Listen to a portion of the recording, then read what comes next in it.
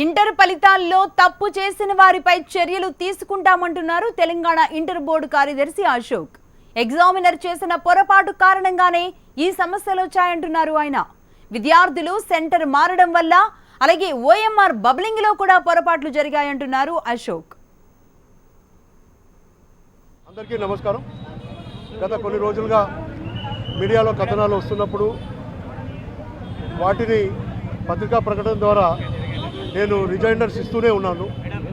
అయినా కానీ ఈరోజు మరి ఈ ప్రెస్ మీట్ నాడు అన్నీ కూడా ఈ మధ్యకాలంలో ఏవైతే బోర్డు మీద అపవాదులు ఉన్నాయో, ఏవైతే అసత్య ప్రచారాలు ఉన్నాయో వాటిని తేటతెల్లం చేసి అవి నిజం కావని, ఆ తర్వాత అసలు బోర్డు పారదర్శకంగా నాణ్యతతో కూడిన మూల్యాంకనం చేసి రిజల్ట్స్ అందించడం జరిగింది. అంతా సక్రమంగా జరిగింది. అయితే అక్కడక్కడ కొన్ని ఏదైతే ఉన్నాయో అవి ఫీల్డ్ లెవెల్లో జరిగాయి. సో ఈరోజు మేము మాట్లాడేది ఏంటంటే, ముగ్గురు విద్యార్థులు మార్కులు బదులుగా అన్నారు. దాన్ని మేము సవరించాము. ముగ్గురికి కూడా మనము అక్కడ ఒక ఓఎంఆర్ బ్లాంక్ ఓఎంఆర్ అందకపోవడం వల్ల అది మాకు సభాగానికి చేరలేదు. కాబట్టి ముగ్గురు విషయంలో అది ఆల్రెడీ మీడియాలో మేము రిపోర్ట్ చేశాము. మళ్ళీ తర్వాత ఈరోజు ఈ నవ్య అనే అమ్మాయి సెకండ్ ఇయర్లో 0 వస్తే 99 ఎట్లా అయింది అని కూడా అన్నారు.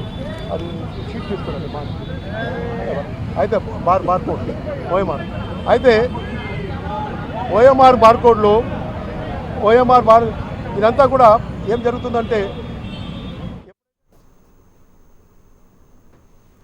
రైట్, ఇదే అంశానికి సంబంధించి మరిన్ని డీటెయిల్స్ అందించడానికి మా ప్రతినిధి సతీష్ ఫోన్ లైన్ లో ఉన్నారు. సతీష్, ఇప్పటి వరకు కూడా ఇంటర్ బోర్డు కార్యదర్శి అశోక్ గారు మాట్లాడింది మనం చూసాం.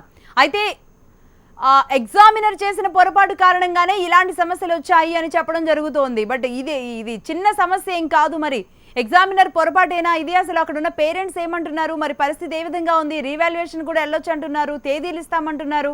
ఇవన్నీ మరి పోయిన ప్రాణాలు వెనక్కి తీసుకొస్తాయా? బాధపడుతున్న వాళ్ళకి మళ్ళీ న్యాయం జరుగుతుందా? ఏంటి గందరగోళం?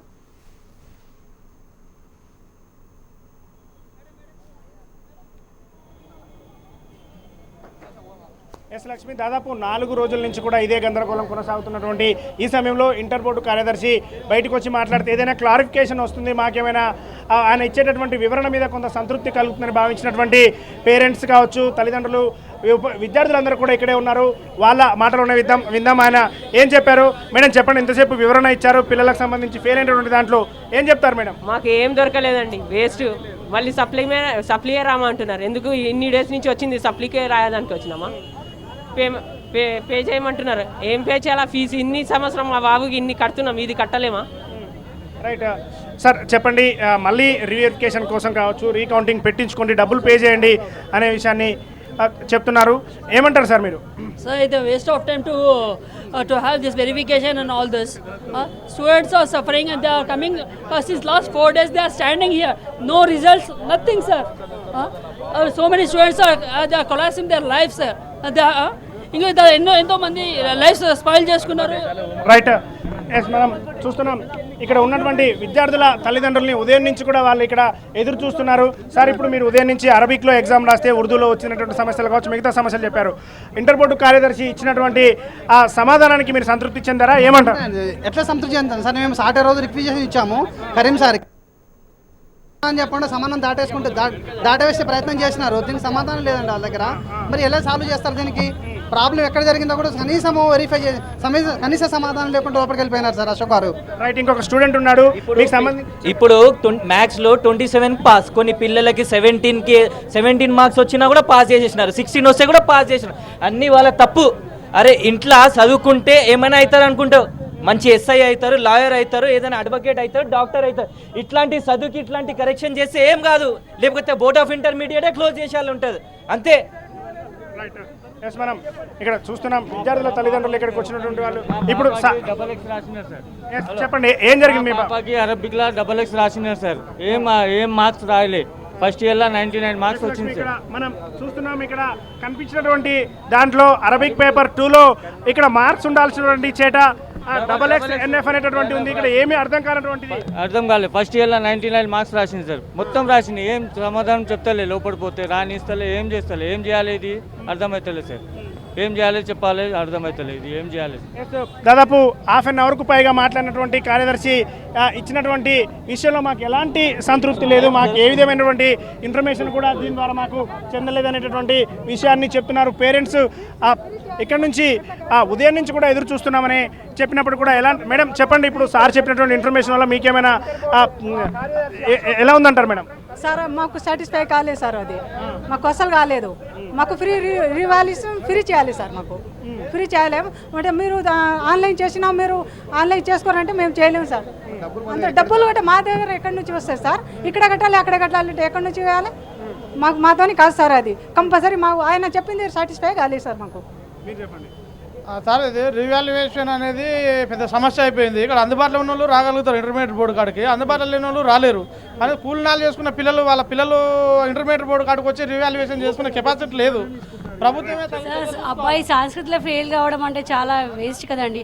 అట్లీస్ట్ పాసింగ్ మార్క్స్ ఇచ్చినా సరే సాటిస్ఫాక్షన్ అవుతామని అంటే సంస్కృతిలో ఫెయిల్ అయిపోయడం అలా కూడా డిసప్పాయింట్ అవుతాం. 0 మార్కులు వేసి 5 మార్కులు వేసి మొత్తంలో అన్నిట్లో సబ్జెక్టులు అంతా పాస్ అయిపోయి 5 ఎవరు ఇష్టం వచ్చినాడు వాళ్ళ. एक्चुअली पेरेंट्स की गलती है. पेरेंट्स की गलती क्या है? आखिर क्या करना? पेरेंट्स बच्चा अच्छा लिख के आया फिर भी फेल कर देना सबको. 15 क्या है ये 15 पूरों को फेल कर दिया. आखिर वो लोग किस लिए? गलती खुद की रख के पेरेंट्स के ऊपर क्यों ढकल रहे हैं वो लोग? లక్ష్మి, అదే మనం చూస్తున్నాం ఇంటర్ బోర్డు కార్యదర్శి ఇచ్చినటువంటి వివరణకి ఎవరు కూడా సంతృప్తి చెందట్లేదు. ఏం అర్థం కాని విధంగా ఉంది మాకు. మళ్ళీ గత సంవత్సరం లాగానే రీవెరిఫికేషన్ రీకౌంటింగ్ పెట్టుకోవాలని చెప్తున్నారు. దానికి కూడా డబ్బులు పే చేయాలనే విధంగా సతీష్ మీరన్నట్టుగా ఎవరు కూడా సంతృప్తిగా లేరు. లక్ష్మి, సతీష్ మీరన్నట్టుగా హాఫ్ అన్ అవర్ మాట్లాడి వెళ్ళడం మాత్రమే జరిగింది ఇంటర్ బోర్డు కార్యదర్శి. ఓవైపు మేము కూడా వింటూ ఉన్నాం, పేరెంట్స్ అడుగుతున్నారు, జర్నలిస్టులు అడుగుతున్నారు. దీనికి సంబంధించి కనీసం దాని మీద అక్కడికక్కడే ఆయన ఒక చర్య తీసుకునే విధంగా, ఎందుకంటే సంతృప్తి చెందడం లేదు అన్నారు. సంతృప్తి చెందకపోతే ఇంకేమున్నాయి, ఇంకా ఆప్షన్స్ ఏమున్నాయి? పేరెంట్స్ అందరూ కూడా ఎక్కడెక్కడో విలేజెస్ లో ఉన్న వాళ్ళు ఫెయిల్ అయిపోయామని వాళ్ళు ఏడుస్తూ కూర్చున్న తల్లిదండ్రులు విద్యార్థులు ఉంటారు. అలాంటి వాళ్ళు ఇంటర్ బోర్డు దాకా రాలేమని చెప్తున్నారు కూడా చాలా మంది. మరి ఇలాంటి వాళ్ళందరికీ మరి ఏమైనా ఆప్షన్ అనేది ఆయన ఎందుకు ఇవ్వలేకపోయారు? లక్ష్మి,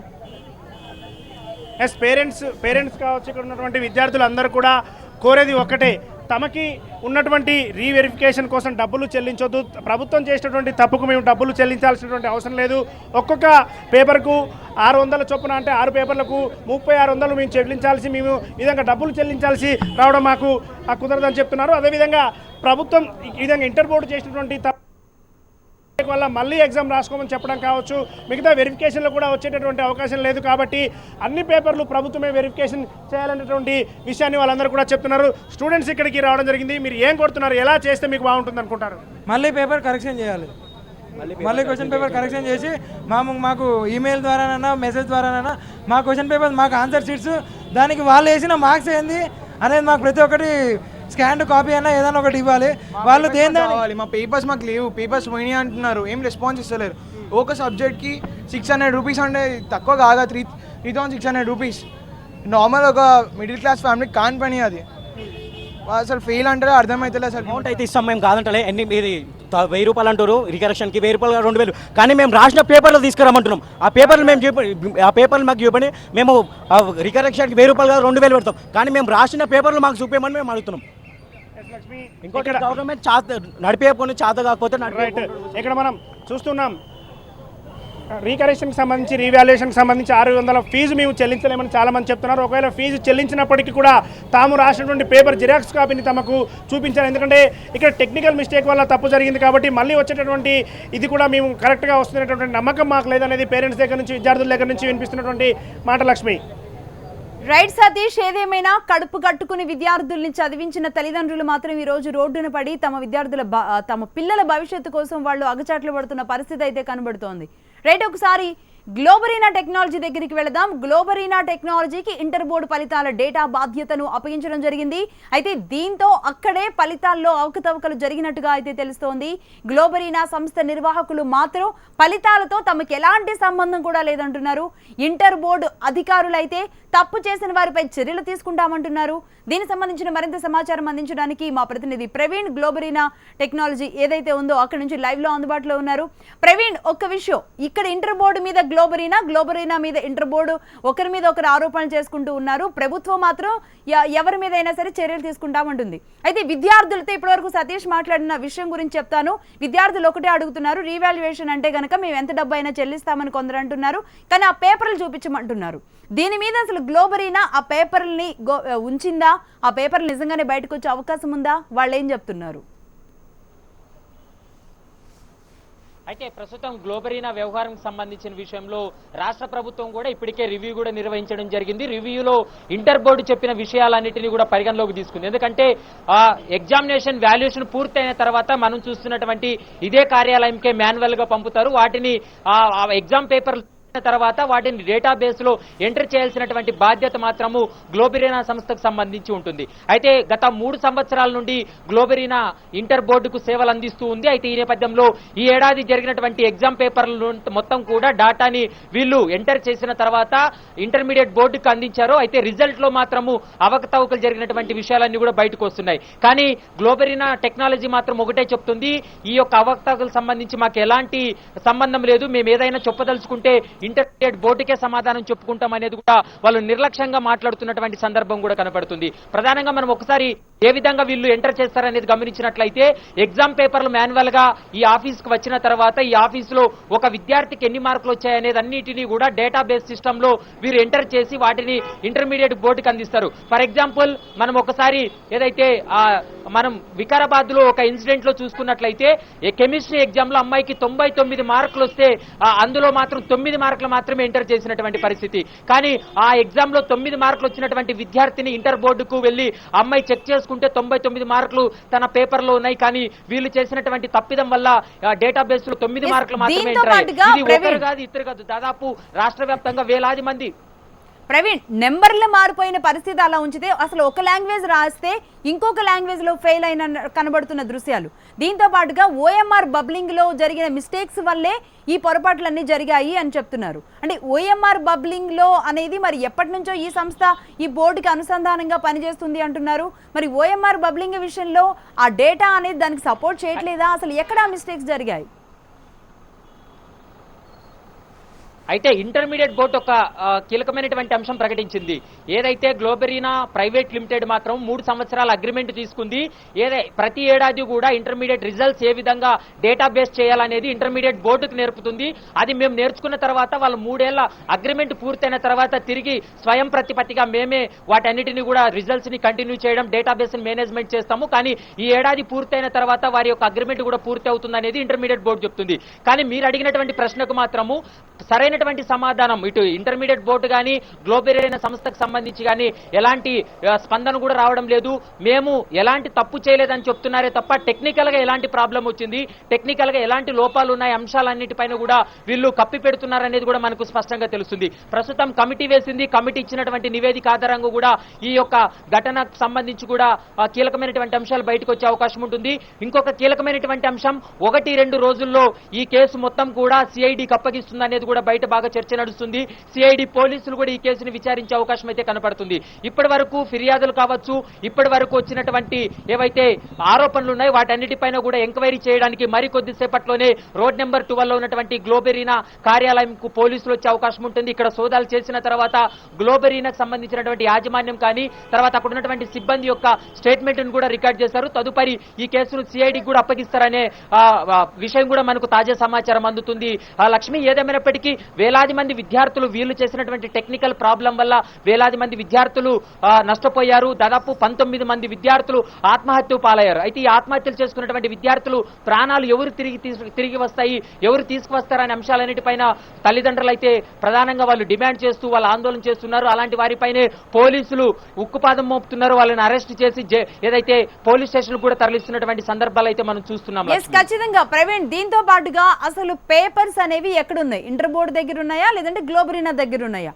కనీసం ఇదైనా విద్యార్థులకి కాస్త ఉపశమనం కలిగించే అంశం అవుతుంది. దానికి సంబంధించి మనం ఏమైనా క్లారిటీ ఇవ్వగలమంటారా? ఖచ్చితంగా 42 రోజుల్లోపు ఏదైతే మాన్యువల్ గా ఇంతకు ముందు గతంలో అంటే గత 9-10 సంవత్సరాల క్రితం 42 రోజుల పాటు ఈ యొక్క వాల్యుయేషన్ అంతా జరిగిన తర్వాత రిజల్ట్ వదిలేవారు.